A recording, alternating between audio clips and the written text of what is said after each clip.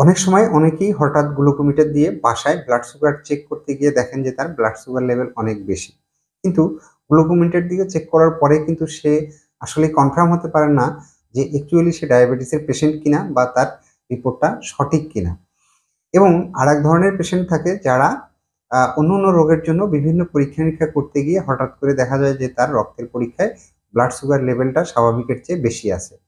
এ ধরনের পেশেন্ট কিভাবে সিওর হবেন যে তারা অ্যাকচুয়ালি ডায়াবেটিসের পেশেন্ট কিনা বা তাদের ডায়াবেটিসের সঠিক মাত্রা কত? এটা জানার জন্য ৩ টি পরীক্ষাই যথেষ্ট। আপনার ফাস্টিং ব্লাড সুগার, OGTT অর্থাৎ ৭৫ গ্রাম গ্লুকোজ খাওয়ার ২ ঘন্টার পরের পরীক্ষা এবং হিমোগ্লোবিন A1C।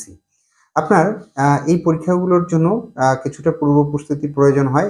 এর জন্য আপনাকে ৮ থেকে ১০ ঘন্টা খালি পেটে থাকতে হবে এবং ৮ থেকে ১০ ঘন্টা খালি পেটে থাকার পরে আপনাকে রক্ত দিতে হবে এবং রক্ত দেওয়ার পরে আপনাকে ৭৫ গ্রাম গ্লুকোজ খেতে হবে। ৭৫ গ্রাম গ্লুকোজ খাওয়ার ২ ঘন্টা পরে আপনাকে টেস্ট করে দেখতে হবে যে আপনার ফাস্টিং ব্লাড সুগার এবং গ্লুকোজ খাওয়ার ২ ঘন্টা পরের ব্লাড সুগারের মাত্রা স্বাভাবিকের চেয়ে বেশি আছে কিনা।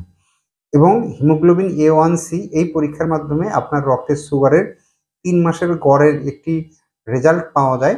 তাহলে আপনার যদি সন্দেহ হয় যে আপনি অ্যাকচুয়ালি ডায়াবেটিসের পেশেন্ট কিনা, তাহলে ফাস্টিং ব্লাড সুগার, OGTT এবং হিমোগ্লোবিন A1C এই পরীক্ষা ৩ টি করে এই পরীক্ষাগুলোর রিপোর্ট যদি আপনি স্বাভাবিকের চেয়ে বেশি পান, তাহলে আপনি বুঝতে পারবেন যে আপনি অ্যাকচুয়ালি ডায়াবেটিসের পেশেন্ট কিনা। এর পরবর্তী ভিডিওতে আমরা ব্লাড সুগারের স্বাভাবিক মাত্রা এবং ব্লাড সুগারের মাত্রা কত হলে আমরা সেটাকে প্রি ডায়াবেটিস বলবো এবং ব্লাড সুগারের মাত্রা কত হলে সেটাকে ডায়াবেটিস বলা হয়। এ নিয়ে পরবর্তী ভিডিওতে আবার দেখা হবে। ধন্যবাদ সবাই।